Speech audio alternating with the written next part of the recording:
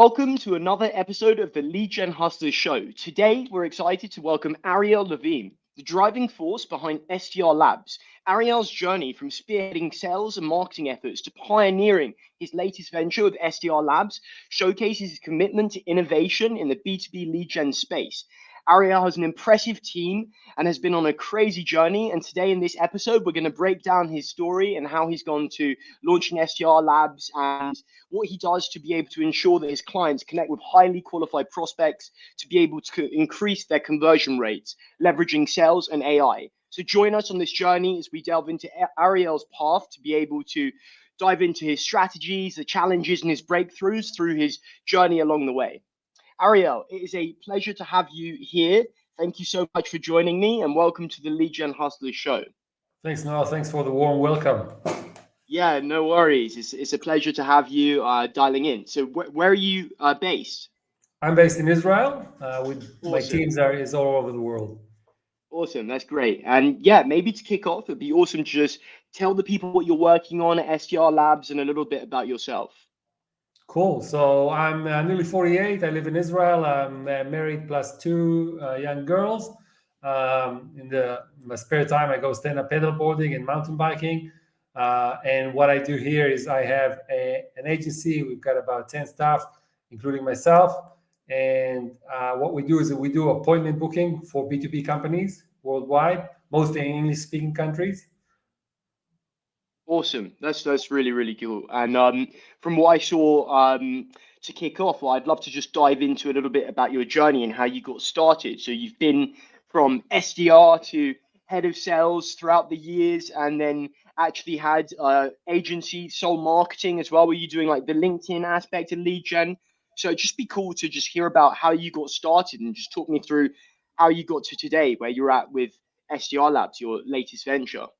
So essentially, I was doing lead gen mostly at various capacities. I was part of a different agency before that, and one day a client came along and said, we want meetings. We don't just want leads. We don't just want the names and the expressions of interest. We actually want people to talk to, and we want to get on meetings.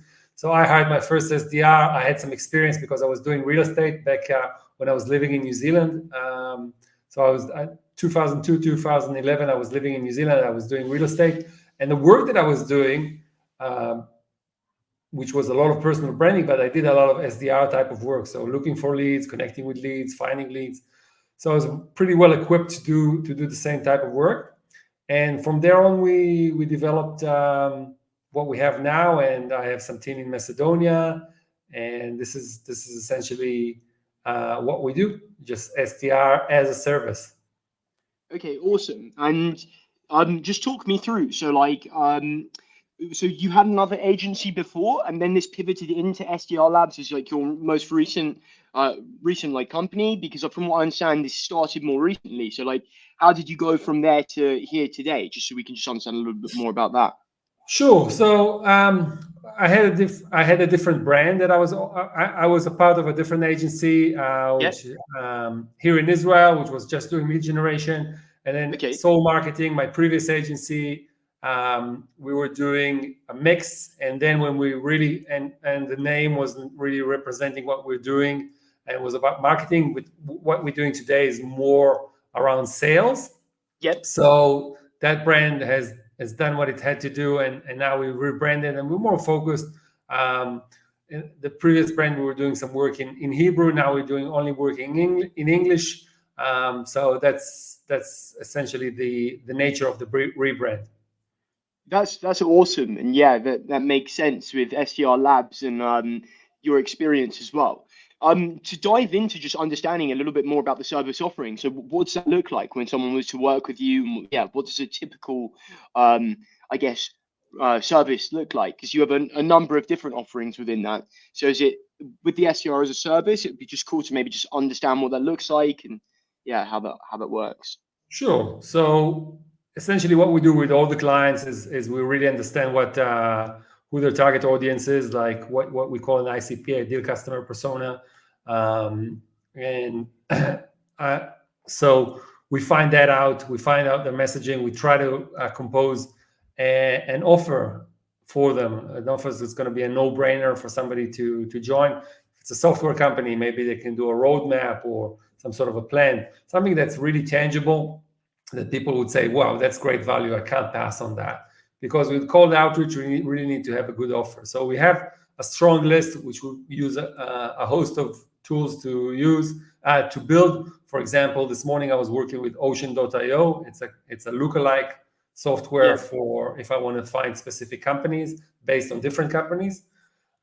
So that was I was obsessing over that, and we'll use Clay, we'll use Apollo. So once we have the list and we have the messaging, we take an SDR, we train them on all that content, who the company is and everything, and we decide what the best channels are. So if we have, Yeah. if it's a more, usually we'll try to do some serious phone work to get some traction initially. Mm-hmm. So we'll get direct phone numbers, mobile phone numbers, we'll start calling people.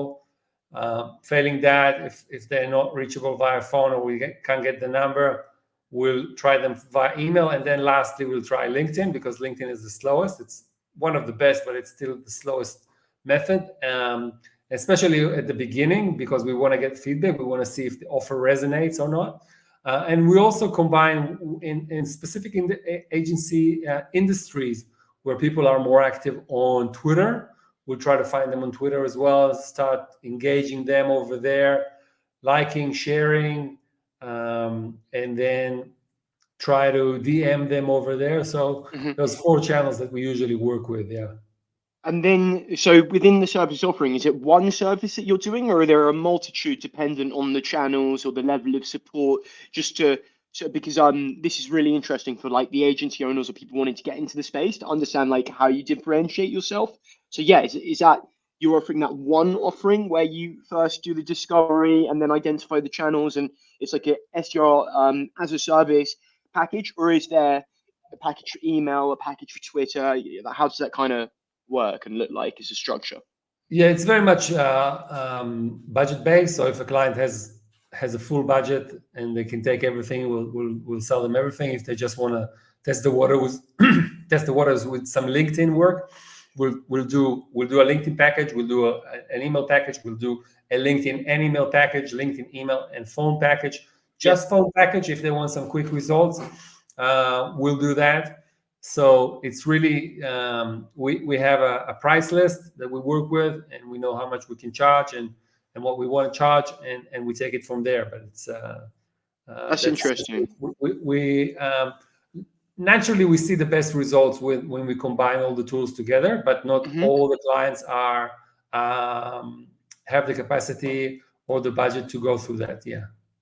Yeah, no, that's super interesting, and I think what will be cool to dive into in a little bit is to be able to understand the triggers of what to where you would go onto another channel, which could be quite interesting because I know a lot of individuals will dive into doing email or doing LinkedIn or doing phone, but the biggest challenge is understanding what stage would you move on to, or how would you engage that list that you take from Ocean.ai. But just to take a step back and just have a little bit more of an understanding before we jump into that, who do you typically work with, and like what are the types of companies that you enable? And yeah, that would be good to understand. So mostly I work in the B2B space. So mostly Yep. it's going to be B2B companies, software, manufacturing, and services. So, for example, I have an identity verification software company that I work with.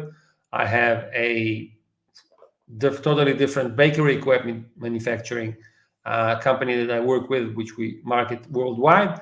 And I work with other agencies as well. So branding, um, pay-per-click, LinkedIn agencies, SEO agencies as well. So I work with in these 3 niches: so technology, Yeah. manufacturing, and services. Okay. That's, and then in terms of like the package, is it a typical, like, is it a retainer, or is it a rolling, or is it like a performance model? Just so we can understand the model as well.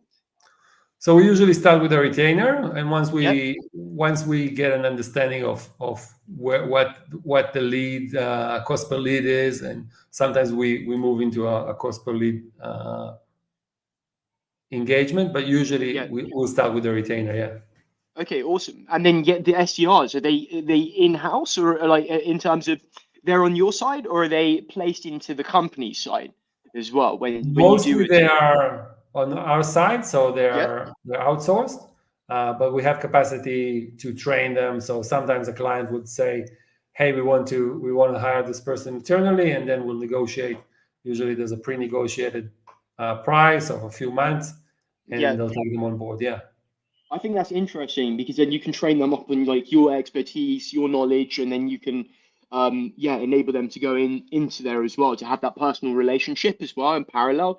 It takes the evolution of the lead generation agency a step further, and then really helps to be able to assist a sales team and like enable them to have the infrastructure and.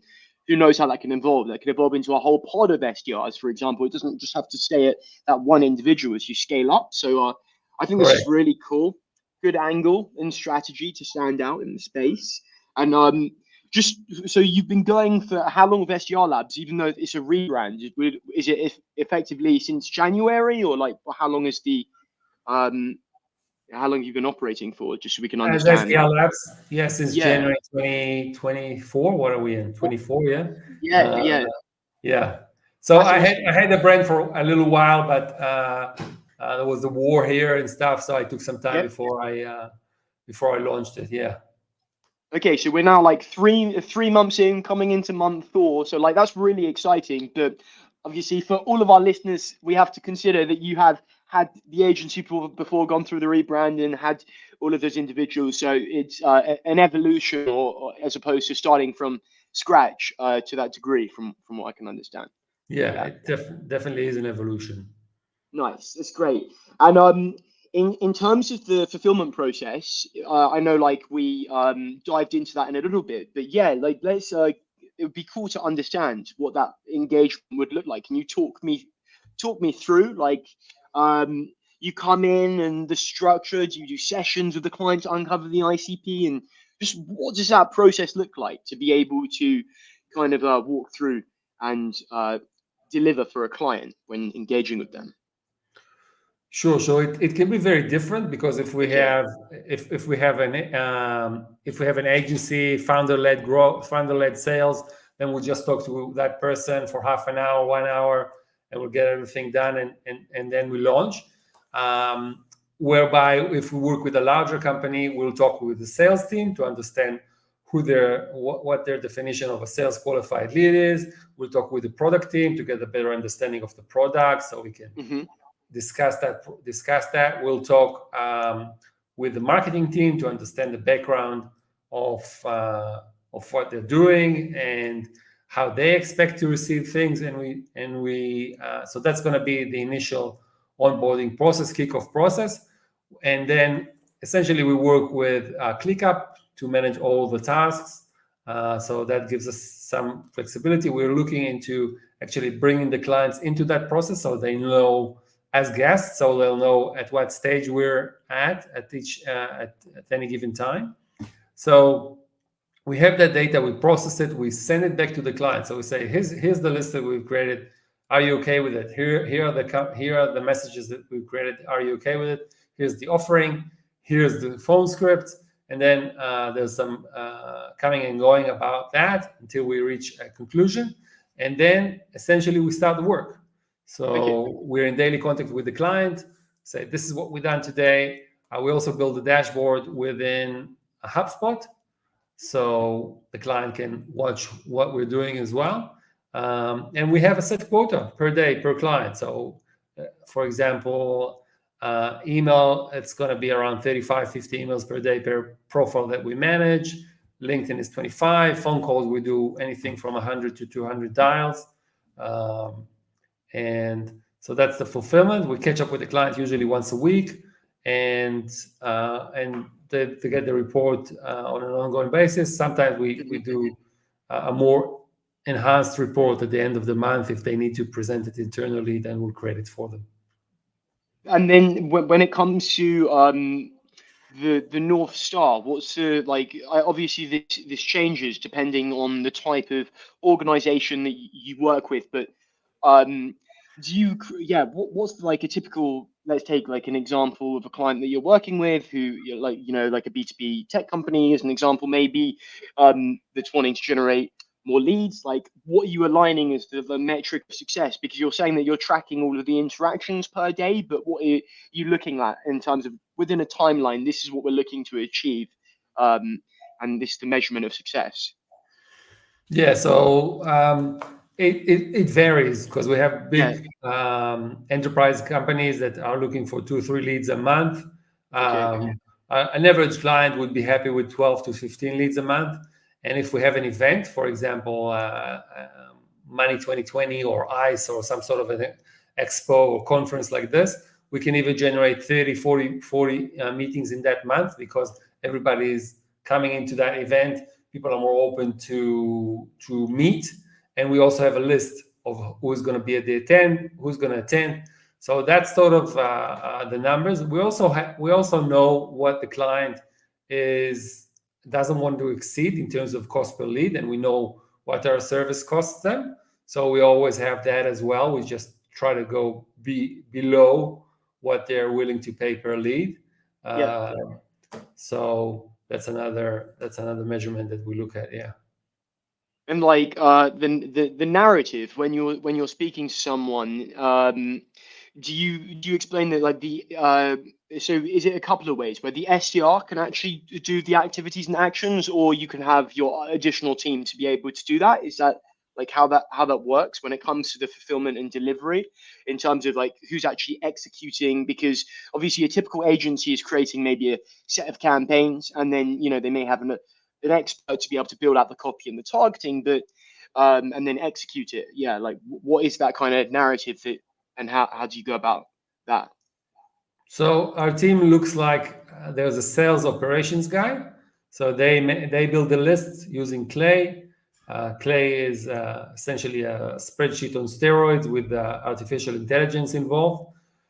So he's going to build a list, and we're gonna together we'll create the messaging and the offer. Yeah, So that's a process that I'm pretty much still involved in. We use a lot of ChatGPT, Claude AI, all those type of tools to create the messaging. So that person, the sales operation guy, works with the SDR. So they provide them the list, and the SDR executes. So they'll send the, or sometimes depends on the campaign. Sometimes the SDR is going to execute. For example, we have clients that we can't do any automation with for different reasons. Then the SDR is going to email each person individually, manually as well. yeah, But if not, we'll have LinkedIn automation systems like Expandy, of course, and we'll have email automation systems that we use as well. And the sales operations guy is going to operate these, while the SDR is going to handle the replies. Although we okay, are working on a system where, at least in email, the replies are going to be handled with AI as well. So there's going to be a chatbot, and you can do that. So most of the work is handling replies from the SDR and doing the calls, which is very important. Yeah, phone yeah. calls. Okay, cool. So that's where the SDR will come into play. Their reply handling as opposed to campaign execution. And or, unless there is a place where things are considerably more manual, and then maybe they jump in. Exactly. Um, okay, nice. That's awesome. It's cool to hear how you differentiate in like that fulfillment process. When it comes to the campaign, say you are doing the full suite of activities. Um, at what point are you introducing the SDR? Is it so within the setup process you then bring in an SDR, source them, and hire them? Like how does that kind of like timeline work in parallel to setting up the tech and then the campaign? Because obviously it's a completely different setup to have someone there um, versus just going about executing and handling it and then giving it to someone to handle the replies. So yeah, Yeah. So, for example, we have a situation at the moment where we are working with a somebody that works with health facilities in the U.S. hmm So they've asked for somebody from the U.S. So we'll start immediately. So we get an order signed, we'll start looking for that person. because we don't have a US based SDR at the moment. We have Macedonia, we have Philippines, we have South America, big pool of talent, Israel as well, but we don't have that. So we'll start doing that, and we start looking for a person right there. And then when we have a signed deal, sometimes we'll wait a little bit when we truly understand who we're looking for, because we're always looking for somebody with a bit of extra knowledge in that specific industry, and it's not always clear from the start. So yeah. Okay, cool. And then, so at the contract sign, you're looking, and then is there a ramp up period where you handle the campaigns and then taper off? Sorry, and then they handle replies, or you're handling it, and then as the SDR is onboarded and ramped up, then they start to take on replies. Like, at what point does that SDR come into the process? And I do apologize for all the diving, but it's just such an interesting model that I want to understand how it aligns with the timeline on the campaign in parallel, so you can understand at what point does SDR come into that mix. Yeah. So once the SDR, so the SDR comes in very early. So we launch the Okay. campaign, we use the SDR, he or she does the calls, and they start, and they get enough training so they'll be able to manage everything. And we also work very closely with the client at that Hmm. stage, because we don't have all the answers, we don't know all the scenarios that's going to happen. We predict a lot of them pretty successfully, but we need to be 100%. So we communicate with the client, hey, what should we answer here, what do you think about this, and we make everything available to them as well, so they can provide some feedback to us. But yeah, we like to get the SDRs very, very early on into the process. Yeah. Okay, so and then the SDR is then handling the level of activity. So within that setup process, you've got tech setup, and campaign ideation and all of that build out, and then in parallel SDR, I guess, understanding and getting them up to a level of familiarity, and then working. And is that correct? And then you align with the client to understand that's what that process looks like within the setup phase. Yeah. Yeah. Yeah, Okay, and cool. we hire SDRs that complement us, and they have some good skills. So they'll say, hey, what's going to happen if I'll present them a script, a phone script, and we'll say, what about this situation, or what about that situation? So Yeah. when we ramp them up, and when we teach them, they'll have some good questions for us about different situations and scenarios. And then, but what are you using? So obviously the metric is leads, and well, it's not obvious actually. It can change. But what do you look at, to be able to, in parallel, understand whether an SDR is performing? What's the evaluation criteria to be able to understand how they take the information and then convert that into what is required of them? So there's a lot of parameters that we can look at. Essentially, is first of all their product knowledge, how well they understand the product. That's the first thing. Second is, are they reaching the numbers, the daily numbers that we need them to reach? How quickly they respond to emails, to LinkedIn messages, all those type of things. And of course, how many meetings they are able to book. So how many calls they do, if they email or LinkedIn manually, are they doing their 25, 35, 50 a day, and of course if they book meetings. So these are the things that we look at all the time.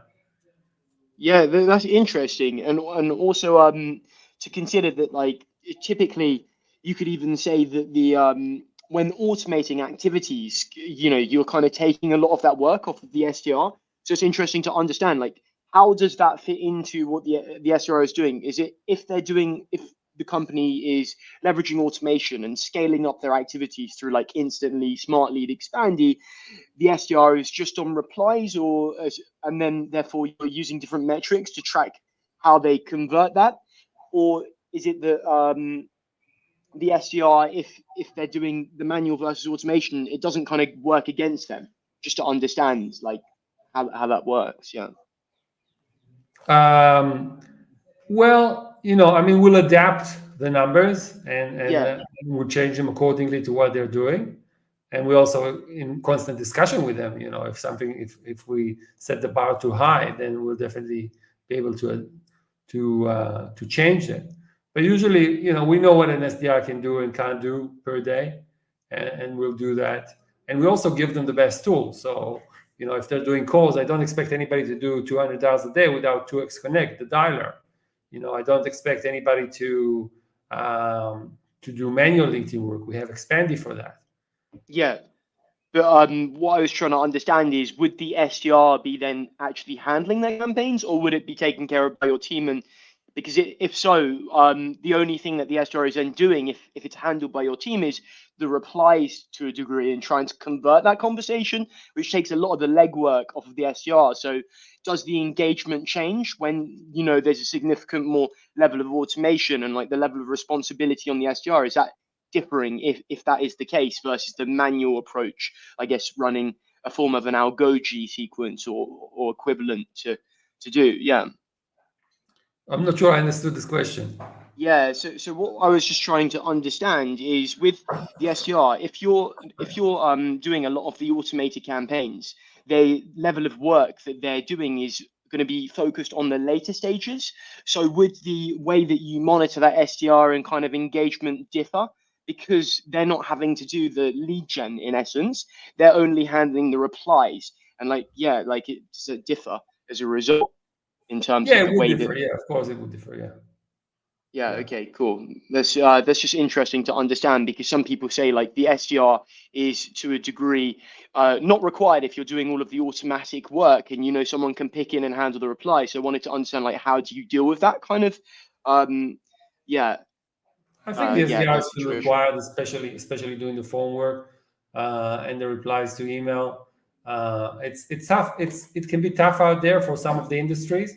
So we really need to be able to maximize each opportunity. I know it's a little bit over said and might be, but yeah, I mean, we need somebody skilled there to field all those inquiries and to book meetings with them, with the good Yeah, ones. that makes sense. And so, yeah, let's jump into. I know we covered it a little bit, the like how you go about building out campaigns, but I'd love to understand, like, what does a typical campaign look like? I know you're leveraging Clay, Ocean. Perhaps just walk me through how you go about that process, which would be good to understand. So, for example, I'll give an example from today. So we have a client that sells proxy. So we have a good offer over there. So that's covered.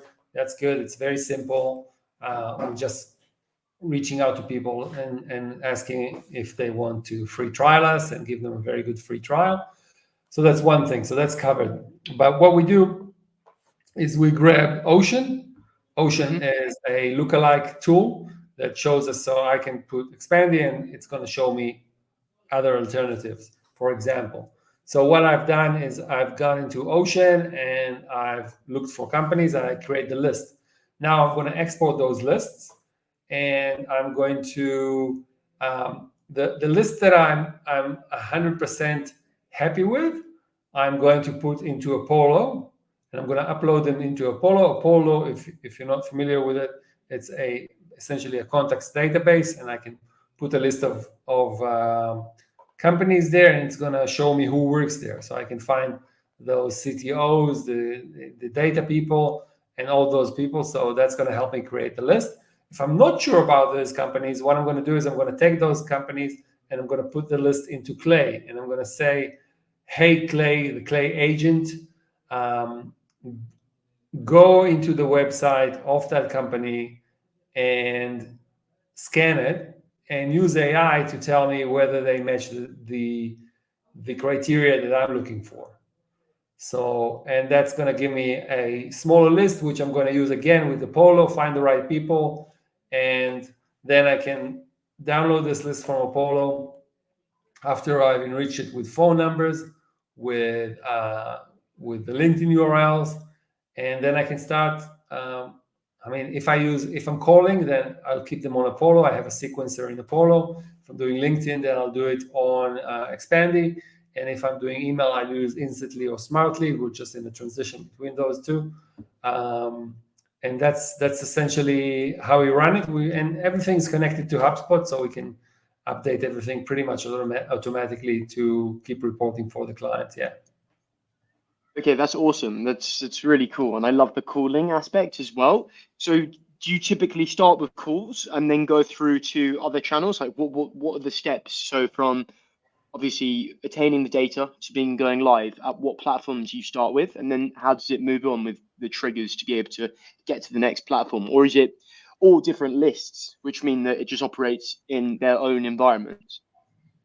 So what I'll do is I'll split the list, and Okay. so I have a list. If I have a mobile number and a direct number, great. I'll usually take that list and call it. If I can't reach a number, if I don't have a number, then there's no point in waiting. I can start emailing those people. Yep. So I'll have that list split. And then from those two lists, if somebody wasn't available, if somebody didn't say no on the phone or no on link or on email, or I couldn't reach them on one of those channels, Hmm. then I'll try to reach them on LinkedIn. Yeah. So hopefully that's answered your question. Yeah. Yeah, yeah, no, definitely does. And in terms of attaining the phone numbers, you were saying you going onto just LinkedIn and using their like what's publicly available. Is that because Apollo's like phone numbers sometimes aren't reliable, or what? Like, what's the ideas behind that? No, we use Apollo for the phone numbers. Yeah, Okay, use Apollo. Apollo, Okay, and we can also use other tools on Clay. So Clay has a okay, waterfall sort of system. nice. So if I want to find some mobile numbers, I can do it through Clay as well. Yeah. And how do you make sure that if you receive a response on somewhere like LinkedIn, on Expandy, or say on phone, stop the contact from running within one of the other channels? Do you have like webhooks to be able to inform you, or can you make a tag in HubSpot? Like how does that work to avoid continuing to run a cadence if they have responded on a alternative channel if you're doing, the same contact across several? Yeah, so usually we won't target them at the same time, and if we do, Okay. it's going to be managed by an SDR. So the Hmm. SDR will have they manage 1,000 contacts, so they'll usually be able to remember who they should contact or not. And anyways, the HubSpot is going to be updated, so that's how we can avoid contacting them in other channels as well. Okay. Um, but if we were building sometimes we build more automated sequences, Yep. like we'll do 5 LinkedIn automations or combined with email or something like that. Then we know how to use automation platforms like Make or Zapier and be able to update fields through that. But yeah. Okay, cool. And then in terms of the approach, obviously, when running campaigns via, say, phone, so are they significantly less volume than they would be if you were to scale up using, say, a ton of emails within somewhere like Instantly or Smart Leads? And does the approach differ as a kind of degree of that, a result of, it being more of a manual process versus a scaled up process? So it really depends on the package that the client has, Yep. and so enterprise sort of clients where you really need to do account-based marketing, you've got a select few clients that you can work with, and these clients will usually take a package where we target 1,000 people.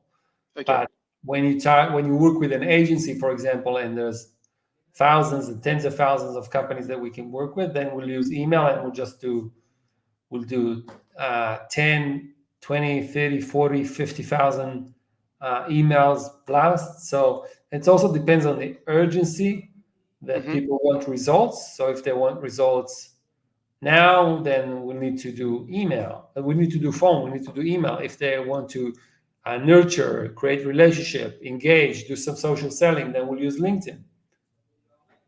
Okay, cool. So you're able to adjust based off of the need of the individual, and then you can then coordinate the most efficient way and derive whether that would require a more manual approach if there's a shorter or less amount of accounts versus the larger TAM where you can then do something more scaled up, and it depends on, like you said, need, priority, budget, and then actually the number of accounts and approach taken. Yeah.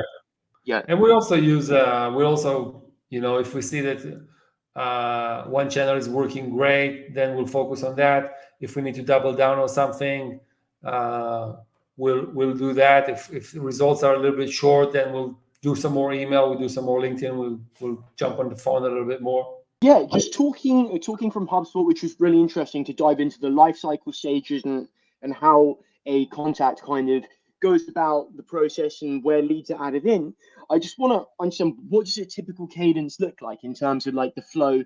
So starting on phone or wherever you do start, and how does that look over a period of several weeks to run those steps? Sure. So usually it's going to be about 3 weeks. We start with day one calling, few data attempts. Day two, a few data attempts.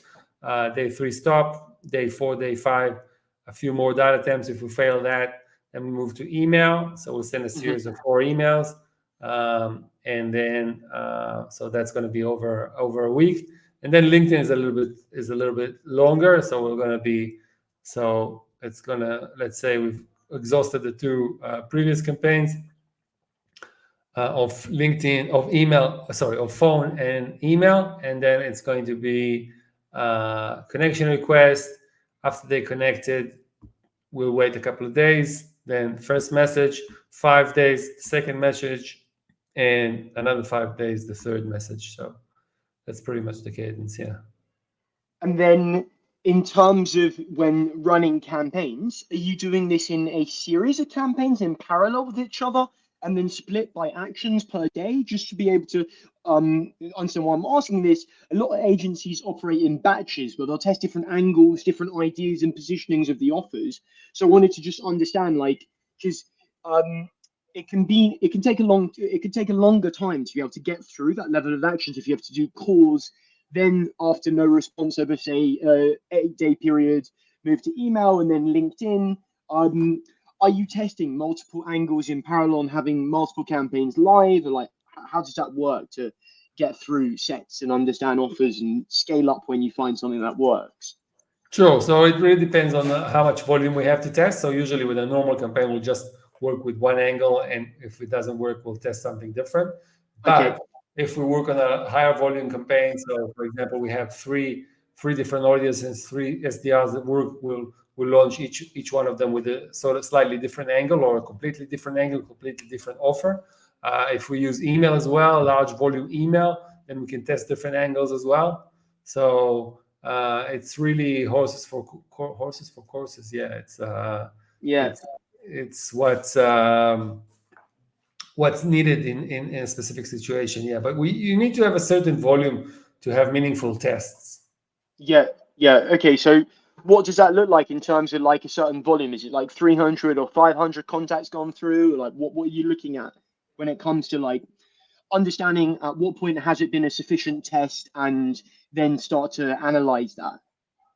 So with email, it's anything from 1,000 to 5,000 emails sent.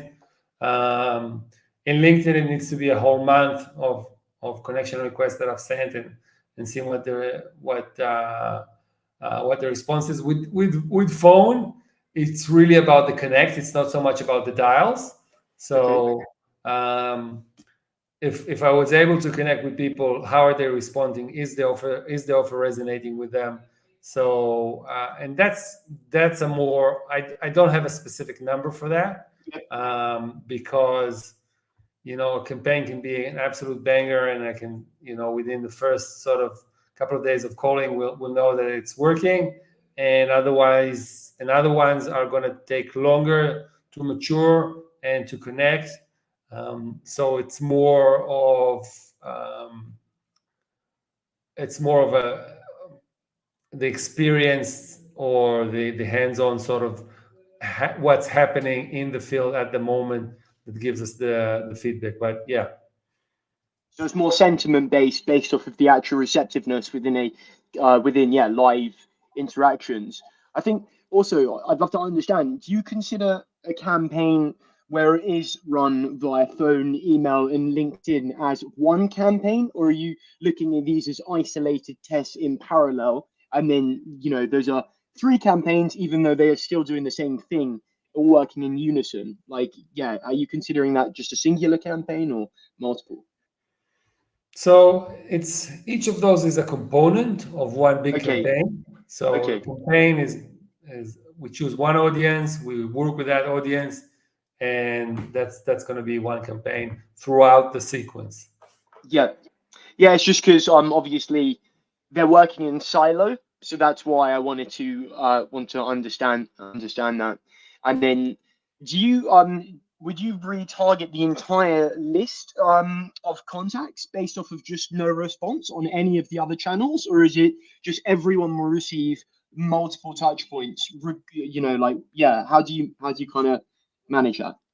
So we work sequentially. So Okay, if we were able to reach you at a certain stage, then great, and get a yeah, response. Reach you and get a response, then great.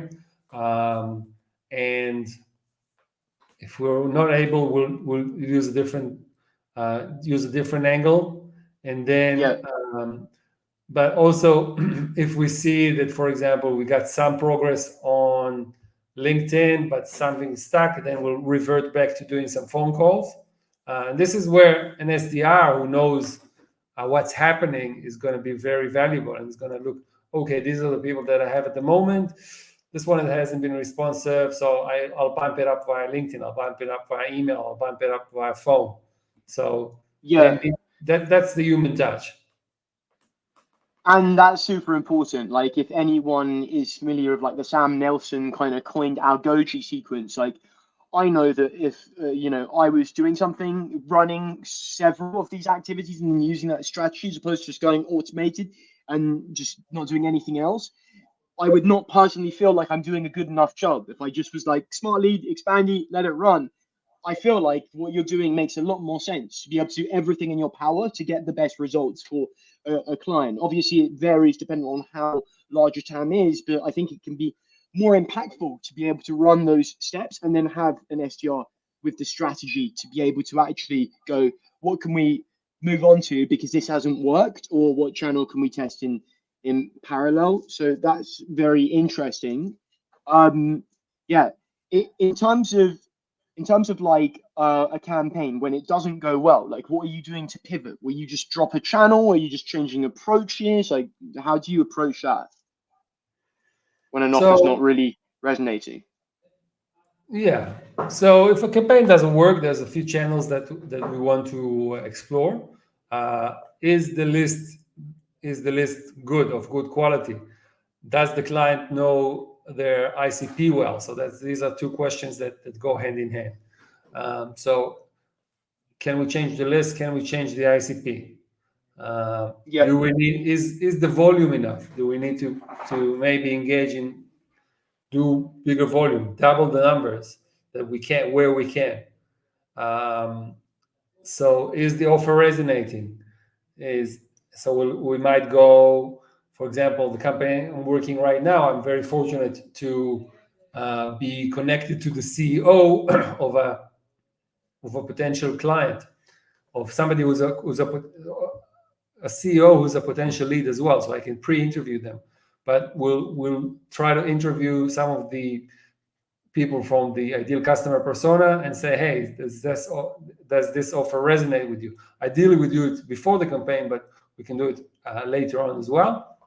We'll test the offer, test the copy as well. So there's a few channels. And also what we'll do is we'll interview the client as well and to see, hey, there has there been any change to um, other channels? So are you getting maybe more inbound inquiries? Because some people are going to um, get some communication from us, but they might just leave a contact us. Or are people calling you more?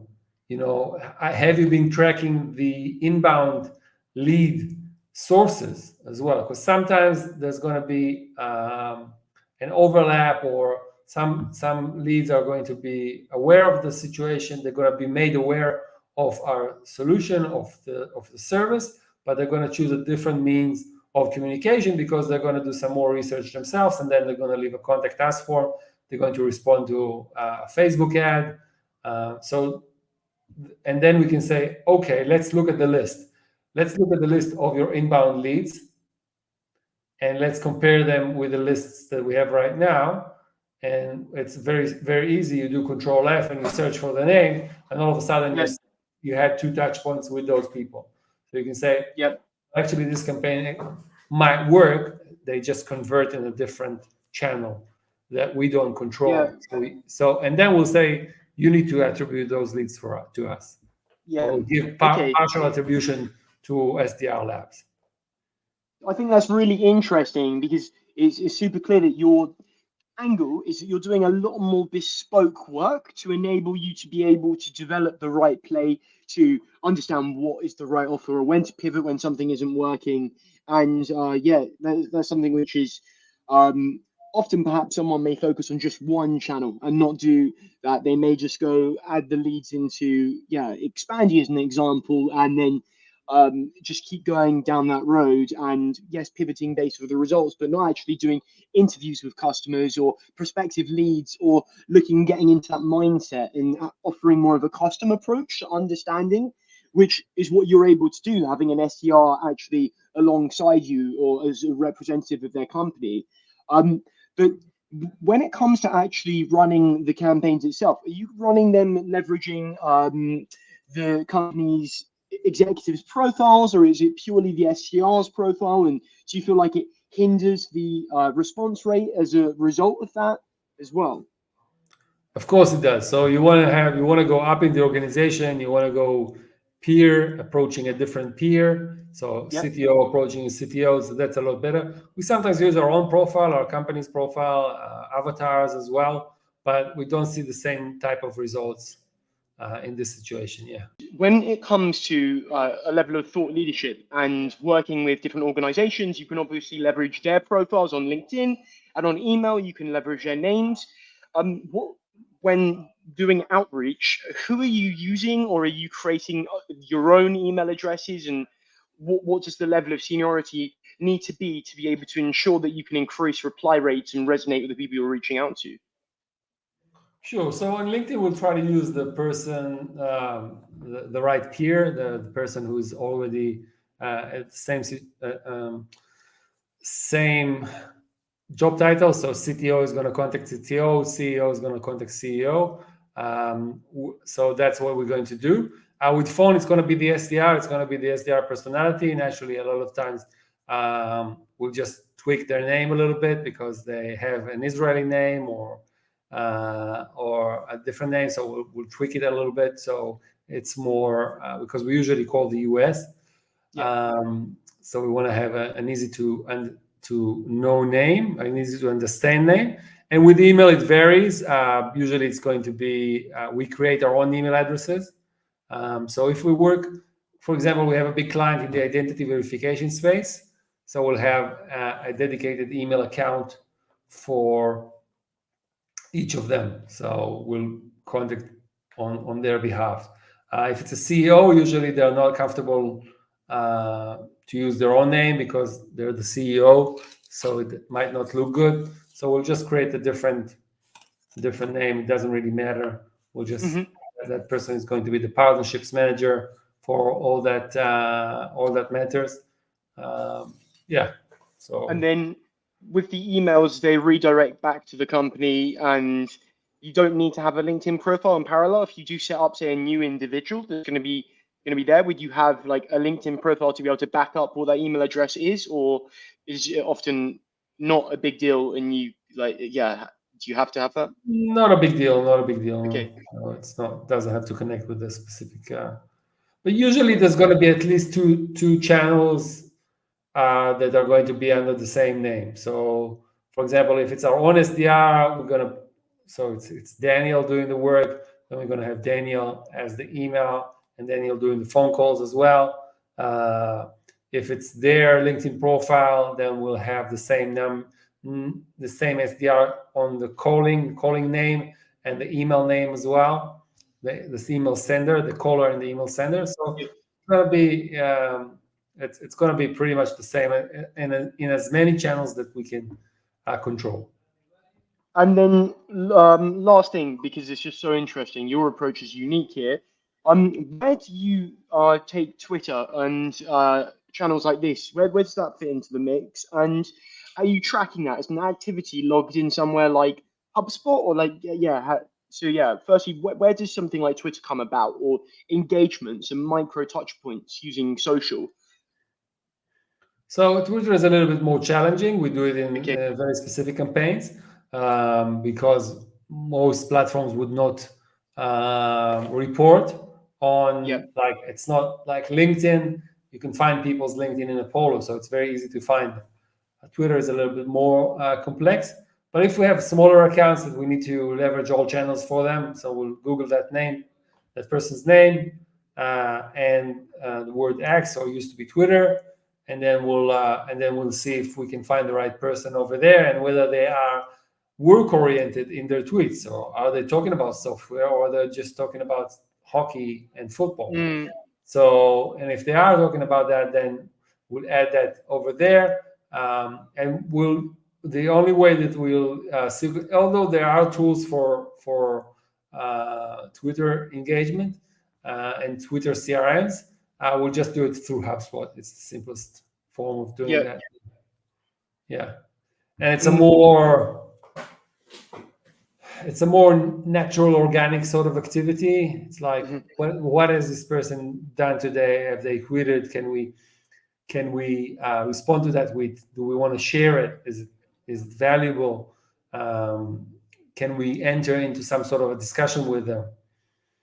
And Okay. so it might not be said. The only set activity is going to be check the Twitter and then update the notes. Okay, cool. So then you'll then create a custom activity within HubSpot, and then you can then bring that into the reporting, say Yeah. we have achieved that over the month, and understand its efficiency to see whether it's something which can be used to increase the reply rate or not. Is that correct? Yeah, and that person is going to be on a specific list on Twitter as well. So Yep. we'll be able to very easily. So we're going to have a dedicated feed that we just see them and their the other leads as well, their feed, so we can easily engage with them. Yeah. Yeah, that's very interesting. And then when it comes to reporting, so you've got the SDR reporting on activities, and then is it conversion rates to the next step of the evolution of a lead stage in terms of moving from, never received the activity to contacted to incommed, and then the transition from conversation to a call booked. Yeah, we have all that. It really depends what the client is interested in.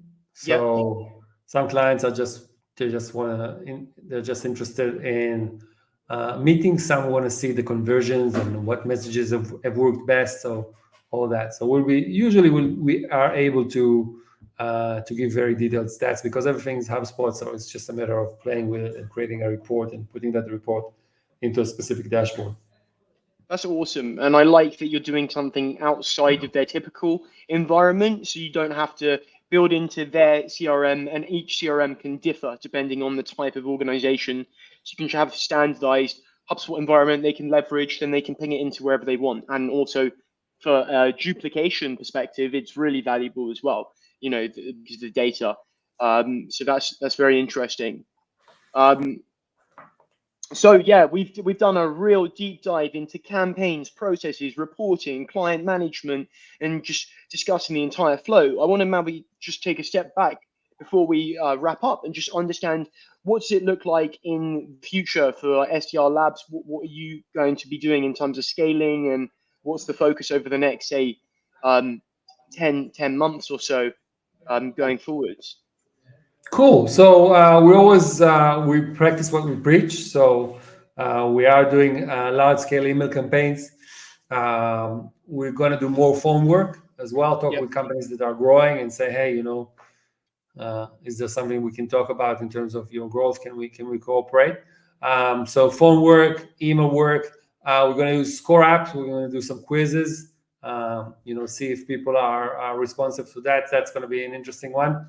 And what I'm also looking to do is I'm going to build a tool that's going to replace the SDRs in managing replies. So it's going to be an AI tool that's going to connect to email and I'm not sure if it will be able to connect to LinkedIn, but we'll work how to do that.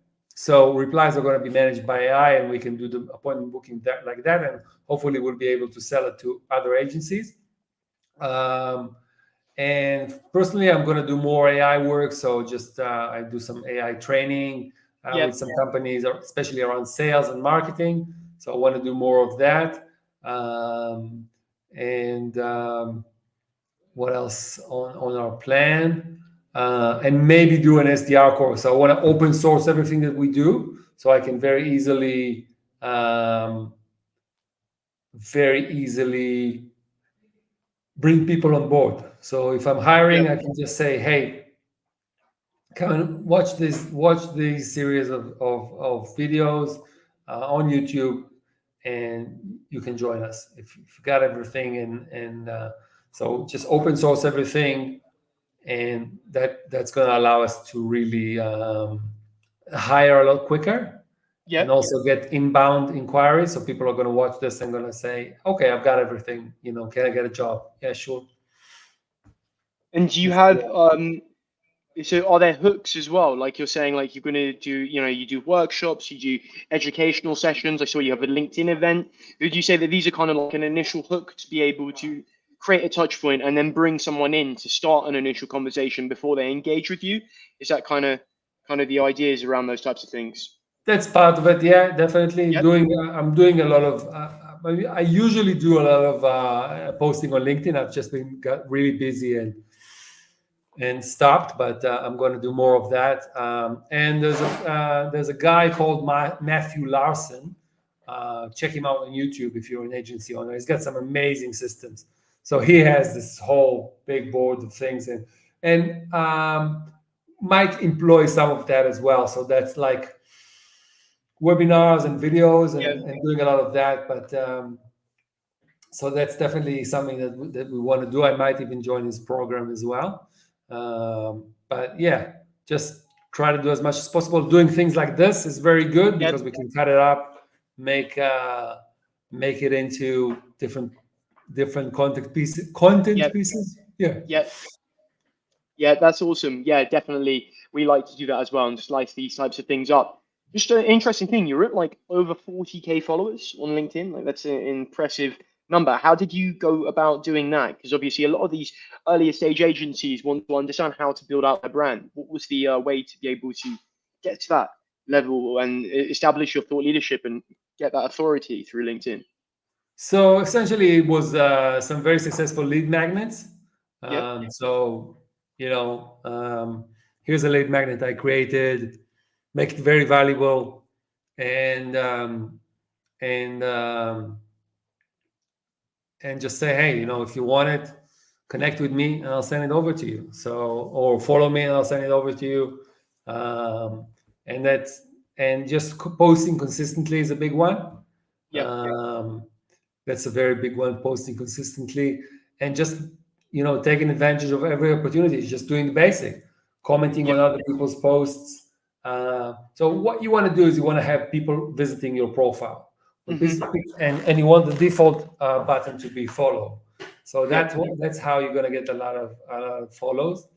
So just doing the basics, Yep. engaging, posting, and posting lead magnets. These are big ones that you can do. Yeah. Awesome. That's really cool. Hopefully, some people can take away some of those learnings to be able to implement. We'll have some more people increasing their authority, and yeah, it's really exciting to hear about like how you're going to go about scaling and like the next steps. And it's been a very interesting episode. To wrap up, what we do is we get our last guest to ask our next guest, and that is you today, a question. So we had Christian Oland from RevGen Labs and Rev Reply asking and a question from our last episode. He wanted to ask you, like in 2024, um, things are tightening down when it comes to email and LinkedIn. There's limitations. So, what would a normal human being, let's take an SDR, need to be able to focus on to stand out from the crowd in this year? What would you say they should focus on? So personal branding, getting inbound leads. So when everybody's just sending messages and stuff, just be the person that people want to communicate with. Get out there, communicate with people, produce content. And if it's a challenge to produce content, you can now use AI to produce content, or at least get ideation for content. And you can always engage with people, so you can engage with a lot of people instead of just mindless scrolling. You can engage with people's posts, Yeah. and try to add value. Try really to add value to people. Give people a lot of value in the initial conversations with them, so then they will reciprocate. Yeah. So it's more relationship based as opposed to just purely the outreach these days, and it will help you as you outreach through building your authority, like you say. So Yeah, outreach has its place, but smart outreach, research outreach, yeah, that shows people that you actually done the work to understand what they're about. Yeah, and there's tools like Clay that can really help with that, and it's not that hard because there's templates that you can copy, and there's a Clay University right now, so you can do all that pretty easily. Yeah. yeah, no, that's awesome. That's really cool. So yeah, Ariel, it's been a pleasure to have you on the show. Thank you so much, and Thank you. no worries. Yeah, it's been great. Thank you. Just a final comment. Where can our listeners find you if they want to go ahead and connect with you and be able to, reach out to you and learn more about your services? So Ariel Levin, on LinkedIn, ArielLevin on LinkedIn. I am on Twitter as well, or X, ARLLVN. That's my handle. And for everything around SDR Labs, it's sdrlabs.io, www.sdrlabs.io. Yeah, we'd love to connect with you. It's going to be great. It's been an absolute pleasure being here today. Sharp questions, mate.